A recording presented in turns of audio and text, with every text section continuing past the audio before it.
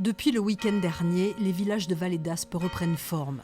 Après nettoyage, les services de l'État devront chiffrer les dégâts et enclencher la procédure de catastrophe naturelle, vraisemblablement la semaine prochaine, afin de faciliter les démarches avec les assurances.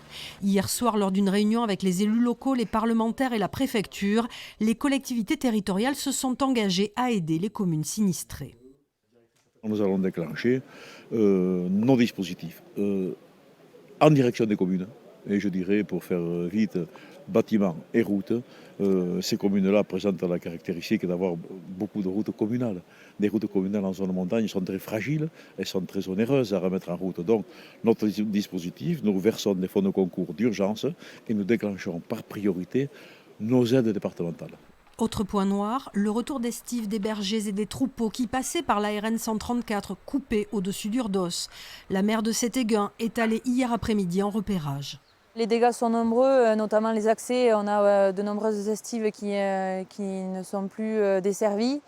Donc les bergers sont isolés, on n'a pas de victimes, on n'a pas de blessés.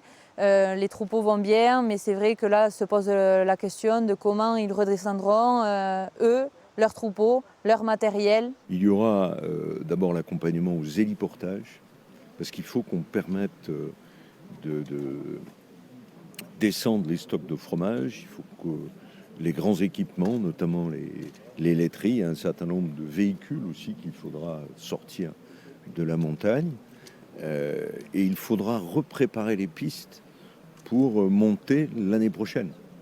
État, conseil régional et conseil départemental aideront de manière conséquente les communes sinistrées, mais la Vallée d'Aspe mettra du temps à panser ses plaies.